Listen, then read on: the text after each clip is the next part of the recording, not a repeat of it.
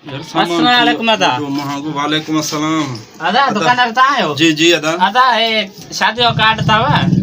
परे शादी जो कार्ड है कमांग हाणे वञूं काॾे शादियूं बि रोज़ रोज़ तव्हां शादियूं था कयो कॾहिं साई बि कयो हाणे दादा जी शादी नंढो भाउ न पियो कमाए वरी कंहिंखे था फसायो मुंहिंजो नंढो भाउ हुनखे त फसायूं न कमकार न पियो करे आज़ाद थोरो फसायूं त कमकार त करे न। माशाअल्लाह ॾिसो त महांगाई लॻी पई आहे। पर यार वॾो कदम असां हाणे नथा खणी सघूं असां अच्छा। सफ़ा थकल आहियूं हा जेकी रोज़ रोज़ तव्हांजूं शादियूं एतिरो कमायूं बि नथा जेतिरो तव्हांजे शादियुनि में ख़र्च था कयूं हाणे साईं हाणे अचणी वञणी त थींदी न तव्हां ठीकु आहे। खां सौदो ॿुधो वठूं था। ठीकु आहे तव्हां हाणे छा था कयो हिन में भला चिकन कोफ्ता जी वॾो गोश्त मुर्गी माशाअल्लाह। ज़रदो बिरयानी वाह इहे सभु हूंदा कुझु न हूंदो इहे न हूंदा इहे न हूंदा। बाक़ी वरी छा हूंदो ॿियो टिन बोतलां हा, हा। जंबो बोतलां स्ट्रीन माने जेका बोतलूं जूस वग़ैरह थींदियूं आहिनि इहे न सभु हूंदियूं कुझु बि न हूंदो सोचो ई न। बाक़ी कंदव छा महांगाई लॻी पई आहे ॾिसो था पाण 500,000 रुपया त लिखाइजो ई न महांगाई लॻी पई 4-5 हज़ार हेॾी ॻाल्हि त ॿुध जी जी तव्हांजा वॾा त सियाणा हुया तव्हां कंहिं ते हुया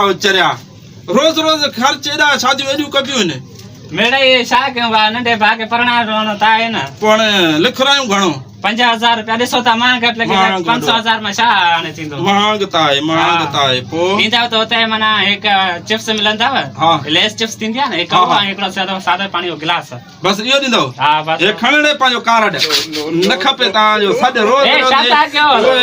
सॾा हे यार हाणे तव्हां शादी था कयो अरे बसर मुंहिंजो छा की हे हिकिड़ो गिलास पाणी जो ऐं इहो चिप्स 5 रुपए वारी हे खण ए रखो अचजो बाबा अचजो यार ईअं न कयो हाणे हे असां नथा कदम रखी सघूं एॾो वॾो कदम असां कदम घणा न रखंदव? न रखंदासीं बसि रखिणो पवंदो कदम। असां अचणो वञणो बसि 50,000 रुपया जो न असां हाणे हीअं महांगाई लॻी यार पई यार। खाऊं रोज़ हेॾो रोज़ ख़र्च कयूं।